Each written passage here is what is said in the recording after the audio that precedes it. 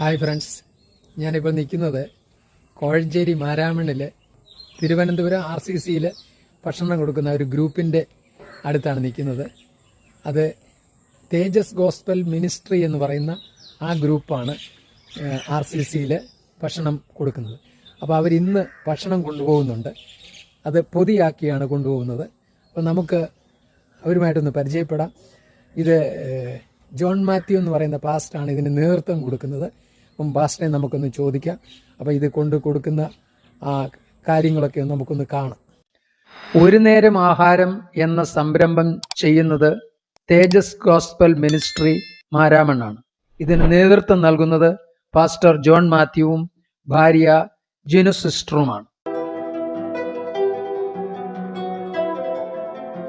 ഇവര് ചെയ്യുന്നത് നമുക്ക് പാസ്റ്ററോട് തന്നെ ചോദിക്കാം. പാസ്റ്ററെ, ഈ ആഹാരം ഭക്ഷണം ഇങ്ങനെ കൊടുക്കാൻ തുടങ്ങിയിട്ട് എത്ര വർഷം കൊണ്ട് ഇത് കൊടുക്കുന്നുണ്ട്? 1995 ഞാൻ യേശുവിനെ അറിഞ്ഞത്. ആ സമയം മുതൽ നമ്മൾ ഈ ഭക്ഷണം കൊടുക്കുവാൻ ദൈവം ഒരു കൃപ തന്നു. അതിപ്പോൾ ഏകദേശം 30 വർഷമായി.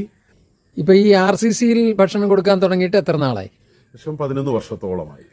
ഇങ്ങനെ ഈ കാര്യം ചെയ്യുന്നതിൽ സിസ്റ്റർക്കും വളരെ സന്തോഷമാണല്ലോ ഉള്ളത്. വളരെ സന്തോഷമാണുള്ളത്. കാരണം ഭക്ഷണം ഇല്ലാത്ത പ്രയാസപ്പെടുന്ന OPയിൽ തന്നെ ഏകദേശം 4000 പേരാണ് RCC വരുന്നത്. അവർ എല്ലാ ട്രീറ്റ്മെന്റും കഴിഞ്ഞൊക്കെ അവർ ചെക്കപ്പൊക്കെ കഴിഞ്ഞ് ഇറങ്ങുമ്പം തന്നെ ഒരു ഈവനിങ് ഒക്കെ ആവും. ആ സമയം വരെയും അവർ ഭക്ഷണം കഴിക്കാതായിരിക്കും ഇരിക്കുന്നത്.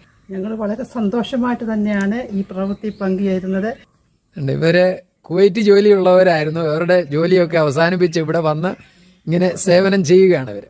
കുഞ്ഞുമോൻ സഹോദരനാണ് ഭക്ഷണം പാകം ചെയ്യുന്നത്. ഇത് ജിതിൻ ബ്രദർ.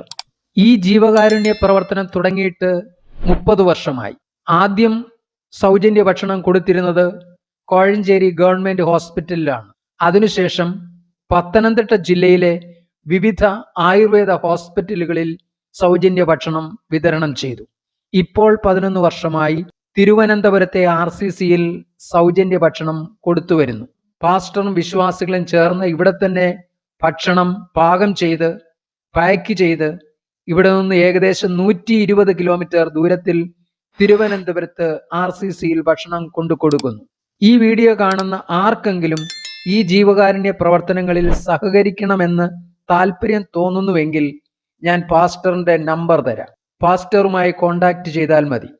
വിശന്നിരിക്കുന്നവർക്ക് ഒരു നേരം ആഹാരം കൊടുക്കുന്നത് എത്ര വലിയ കാര്യമാണ്.